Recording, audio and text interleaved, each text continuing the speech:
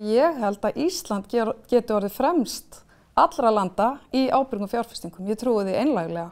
Við erum það lítill markaður og þegar við ákveðum eitthvað og þá einhendum við okkur öll í það og þá eru hlutinir ekkert flóknir.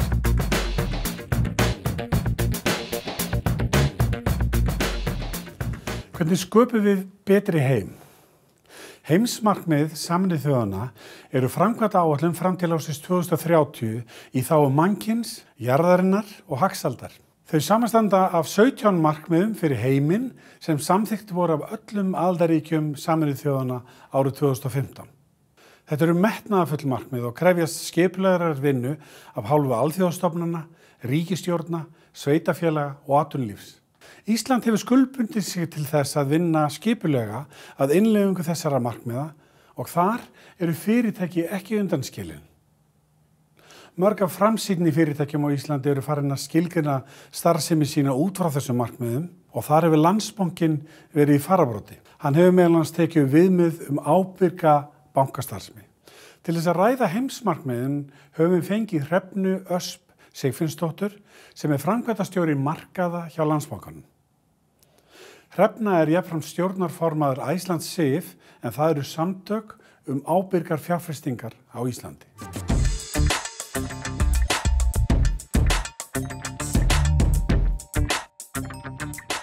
Velkomin Hrefna.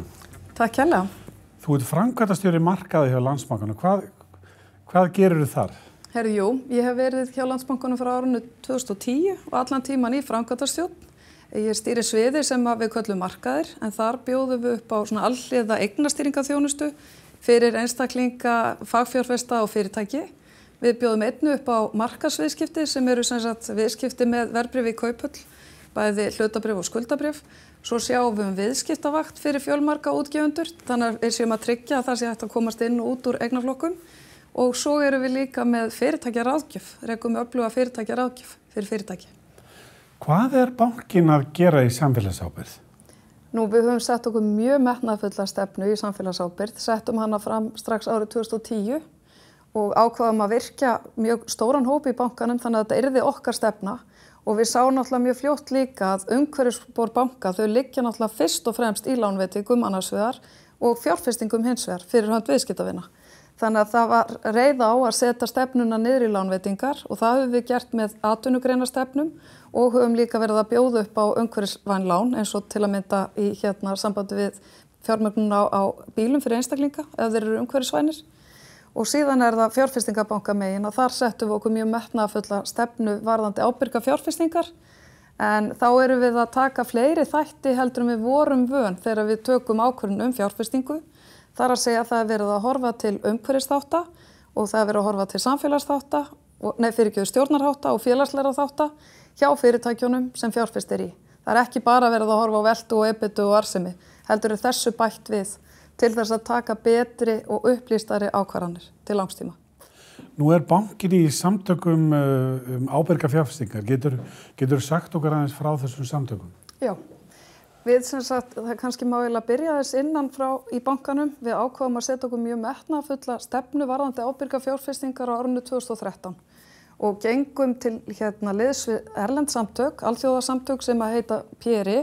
PRI stendur fyrir Principle for Responsible Investments. Fengum þaðan góðan ramma varðandi það hvernig við tækjum ábyrga fjárfestingar áfram innan hús hjá okkur. Og til þess að innleiða þetta hjá okkur þá höfum við þurft á ýmisri aðstoð að halda til að mynda erlendum sérfræðingum sem hafa komið heim til að hjálpa okkur og einnig höfum við byggt á innlendum sérfræðingum og við fundum þegar við vorum að kalla svona aðila til leiks að þá fundum við fyrir mikilli þörf hjá markanum jafnframt. Þannig að við ákváðum að deila alltaf okkar þekkingu og okkar reynslu út á markaðinn. Til annarra fyrirtækja og héldum að opna fræðslufundi þannig að markaðurinn væri líka fræðast.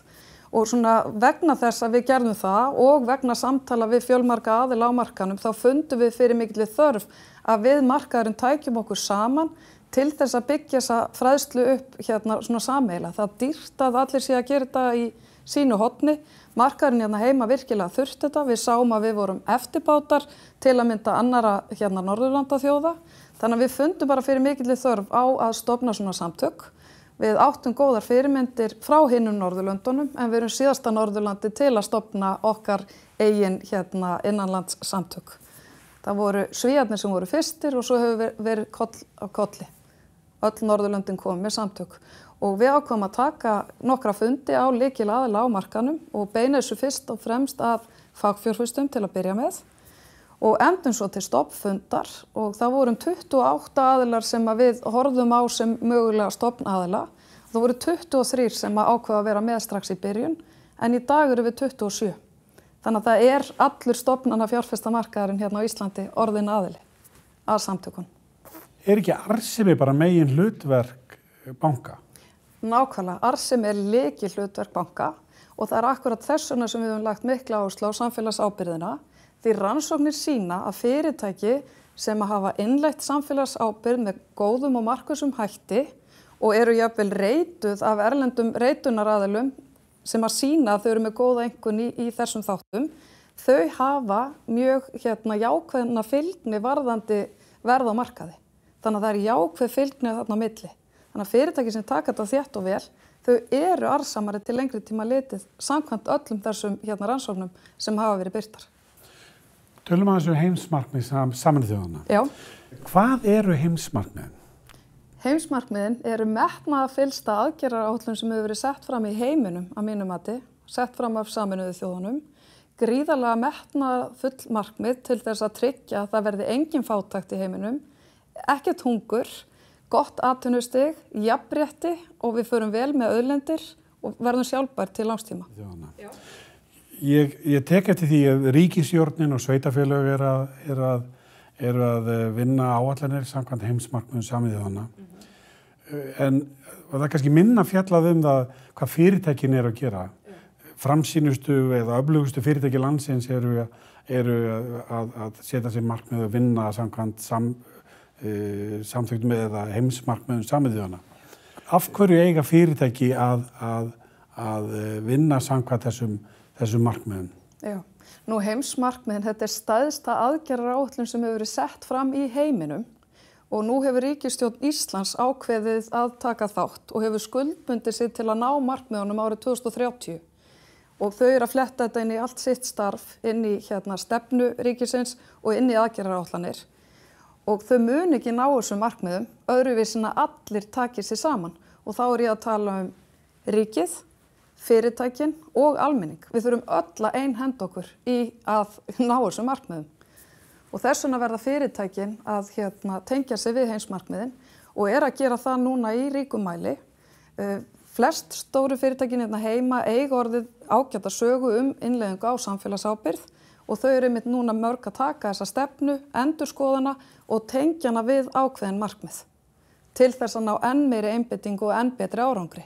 Því þetta eru 17 markmið og ef þú tengir þig við þau öll 17 þá nærðu kannski ekki jafnmikill einbeitingu eða jafnmiklum árangri. Þannig að ég sé að flest fyrirtæki eru að velja sér ákveðin markmið og það fer eftir atvinnugreininni hvaða markmið það eru sem þú velur. Á hvaða markmið er Landsbankinn að fókusera? Já, fyrir okkur kemur þetta mjög náttúrulega vegna þess hvað við höfum verið að vinna þessa vinnu þétt frá árinu 2010 og það eru 3 markmið sem við ætlum að fókusera mest á.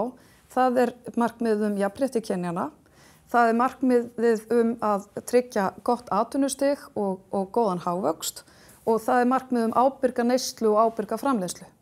Og við höfum verið að sýna með verkum okkur ýmislegt sem stuðlar að árangri í þessum 3 markmiðum.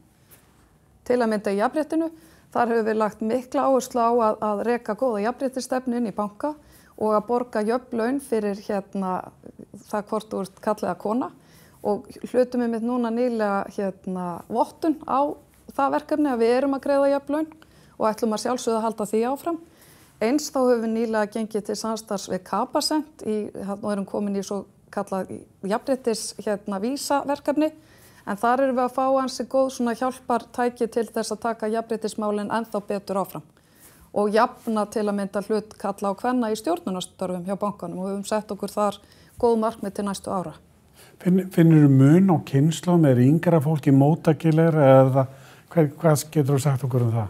Ég finn mjög mikið mun á kynslóðum og ég finn að unga fólki okkar, það mun ekki einu sinni komið vinnu til okkar nema við séum með þessi markmið á hreinu.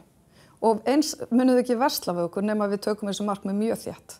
Þau eru miklu meðvitaðri heldur en kynslóðin mín sem dæmi.